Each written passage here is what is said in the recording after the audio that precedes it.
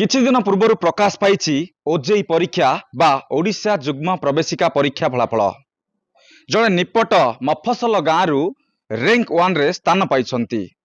ଗଞ୍ଜାମ ଜିଲ୍ଲା ବେଲଗୁଣ୍ଠା ବ୍ଲକ ଇଙ୍ଗିନାଟି ପଞ୍ଚାୟତର ବଲ୍ଲାଡ଼ି ଗାଁର ଜଣେ ଯୁବ ପ୍ରତିଭା ସେ ର୍ୟାଙ୍କ 1 ସ୍ଥାନ ପାଇ ଏବେ ଖୁସିର ଲହରୀ ସେଇ ଗାଁରେ ଖେଳି ଯାଇଛି ଏବଂ ତାଙ୍କୁ ଚାରିଆଡୁ ପ୍ରଶଂସାର ସୁଅ ଛୁଟୁଛି। ଇଏ ହେଉଛି ସେଇ ବଲ୍ଲାଡ଼ି ଗାଁ, ଦେଖୁଥିବେ ଗୋଟେ ଛୋଟିଆ ପଲ୍ଲୀ ଗାଁ। ଏଇ ଗାଁର ଜଣେ ଯୁବ ଛାତ୍ର ସେ ଏବେ ର୍ୟାଙ୍କ 1 ସ୍ଥାନ ପାଇବା ପରେ ଗୋଟେ ଖୁସିର ମାହୋଲ ଦେଖାଯାଇଛି। ଇଏ ହେଉଛି ଗୋଟେ ଦେଖନ୍ତୁ ଛୋଟିଆ ଘର।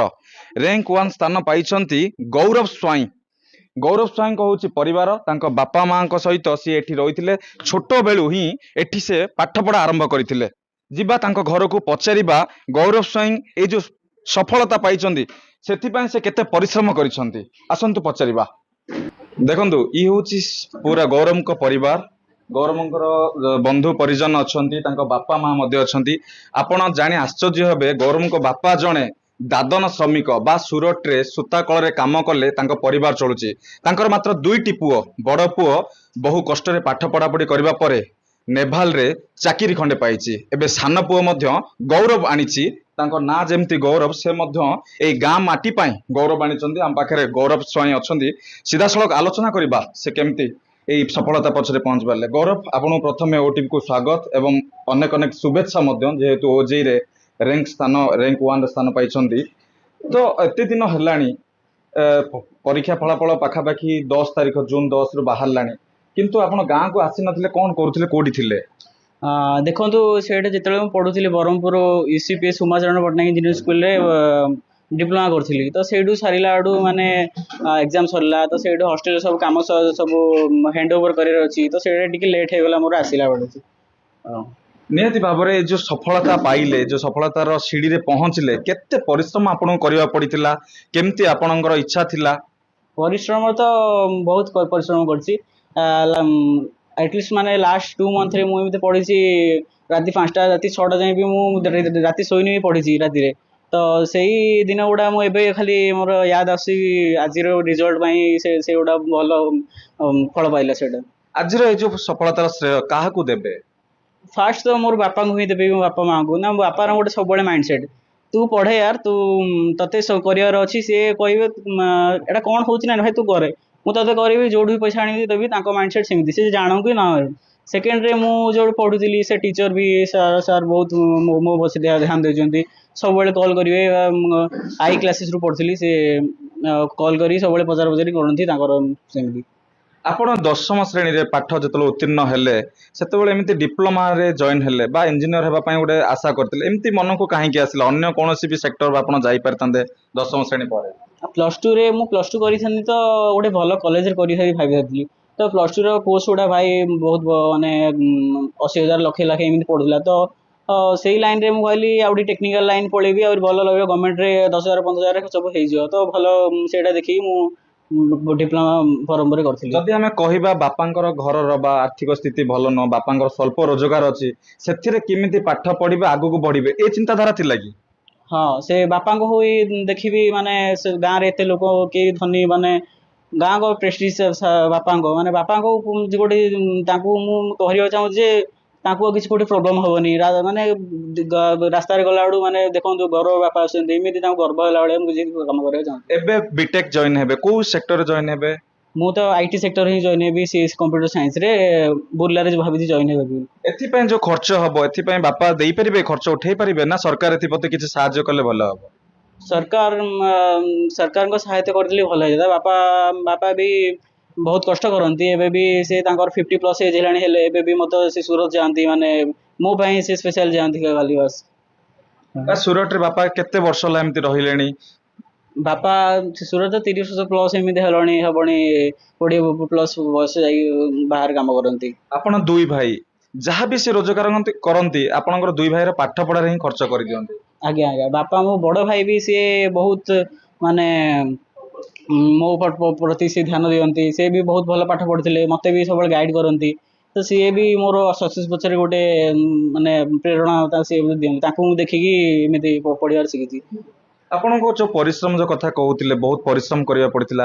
ଆପଣ ଯୋଉ ଏଇ ଯୋଉ ଡିପ୍ଲୋମା ପାଠଟା केमती मजा लगे एबे आउथरे पुणी आउथरे बीटेक करिवे से पाठ सहित आपण केमती पूरा एक्वेंटेड हे गले पाठ सहित तो मो पाठ को एमती लगे कि मो सांग भाई मो पाठ पाठ ही बहुत सब बड़ सांग तो पाठ ही जदि मत मिडिल क्लास किसी करियर अच्छी तो मो पाठ ही मत किसी कर तो से देखी मुझे इम्पोर्टान्स दिए सबुरी जहाँ भी देखी मु गाँव को 3 वर्ष 4 वर्ष जाए आसनी के फेस्टिवल पड़े भी तो सहीटा मोर अधिक ध्यान बड़ भाई देश सेवार लगिले से डिफेन्स रे गले एबे तमे पाठ पढ़िबो बीटेक करिवो कोन स्वप्न देखिछ कोन करिबा को चाहूछ समाज पाई मु तो किसी माने टेक स्टार्टअप किसी करी किसी बिलियनर आइडिया मुझे भावुची मतलब बट किसी भी मु स्टेबल हो सारा पर जमी फाइनेंशियल सेटा भी मो बड़ ड्रीम अच्छे सेटा कर अचीव कर ओजे एंट्रेंस रे प्रथम रैंक पाइल गाँ बंधु परिजन मानकर जो प्रशंसा सो छुटुची केते खुशी आनंद मिलुची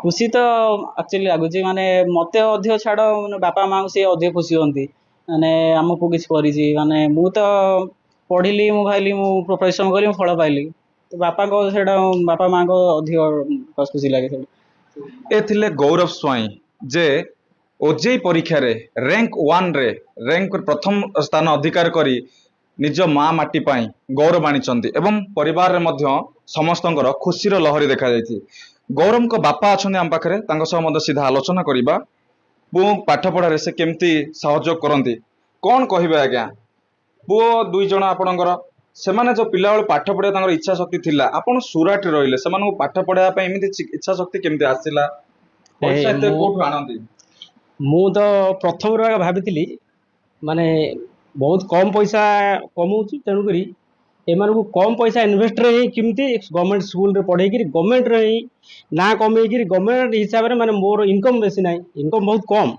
से इनकम विचार से पिला माने से स्टाटस रे ही मोर एडवाइज रे से हिसाब से चले भगवान को प्रार्थना करी आज से माने सी बड़ सेमती आ सान आज मोर कष्ट देखी माने मु प्रकृत रे मु सेतिकी स्ट्रगल ना बुझिले ना तेणुक से मो पाखे एत स्ट्रगल ना जहाँ भी स्ट्रगल कर हिसाब से फलाफल मत बहुत बढ़िया मिले आपण सुराट जाती प्रकृत रे कौन करंदी मु जड़े माने छंचा कारीगर से आमर प्रोडक्शन होची कपड़ा ओनली फॉर कपड़ा आउ साइरे ही काम करछि मु आज की हे गला 25-26 वर्ष मासिक रोजगार केते करथले मासिक रोजगार तो आगे तो थिला बड़ ही 2000-4000 भितर आगा वर्तमान आम कैपेसिटी अनुसार कम से कम 20 एवं एभव ए जो स्वल्प रोजगार करछन एथिरे पिलांकर पाठ पढ़ा परिवार खर्च मेंटाइबा सब केमती संभव होई पारुछ आपण एकदम इजी रे होची से ऊपर वाला भगवान को आशीर्वाद सेरा कौन सी किसी असुविधा है गौरव को माँ मध्य अछन आम पाखरे तांको मध्य पचारिबा पुओ गोटे सफलता आनीछि केते खुशी अछन आपण बहुत खुशी अच्छी बहुत खुशी अच्छी केमती पिल्ला बेलू गौरव पाठ पढ़ा प्रति केमती आग्रह थिला ना पिलादिन तो छोट बेल का तार पाठ पढ़ार आग्रह अच्छी सार मैंने स्कूल गाँ स्कूल पाठ पढ़ुला सार दीदी समस्ते भल पाते आ गाँव रे दादा खुड़ी गाँव समस्ते बापा भाई मैंने समस्ते भल पाते पिलू एवं कहते चलती जहाँ चलती भल चलती एबे घरे से भी आसिले पाठ पढ़ा प्रति हाँ पढ़ा पढ़ी कर शोनी मुझे पार्टी कर शो देह खराब हो एन कही मु भी शोई पार न 100 थर देखी था पिला शोई लगी ना उठी लगी ना खाई लगी ना रात न खाई रात शोई पड़ी बापा कौन करियो ले आपण भाबिचंदी से तो भगवान आशीर्वाद जो तार मनस्कामना से जहाँ चाहूँ से मनस्कामना कि भगवान पूर्ण करंतु आपण किंतु सब सहयोग करिवे पड़ा सहयोग कर हां निहाती भाबरे ये थिले गौरव को माँ आमे जिबा तांकर घरर तांकर जो दादा माने अछन्ती तांको मध्ये पचारिबा आगे टी आपण गौरव को दादा जते बेले गौरव पाठ पढ़िला बाहर को गला डिप्लोमा पढ़ला बर्तमान से एंट्रेंस देला एंट्रेंस रे से रैंक 1 प्रथम स्थान आनिला केते खुशी अछन्ती आपण मु बहुत खुशी अच्छी आमर आमे जी खुशी रही गाँव माटी से सांग साथी भी कहते बहुत और टपर होती तो पुतरा टपर होती मत बहुत गर्वर खुशी लगुच कौन कहे गौरव पाई कौन कहे से कौन स्वप्न देखी आगो केमती जीवा गाँव ना केमती रखिबो से आज पर्यटन जमी चाहिए सी चाहिए गाँव ना तो उन्नति कर चलो आमर भी सम्मान भी अधिक चलो बढ़ी बढ़ी चलो आपण दादा हिसाब से केते खुशी अछन आज्ञा ମୁଁ ବହୁତ ଖୁସି ଅଛି କାରଣ ଆମେ ସେତିକି ପାଠ ପଢ଼ିନାହୁଁ। ଆମ ପୁତୁରା ଆଗକୁ ପାଠ ଆହୁରି ପଢ଼ିବ।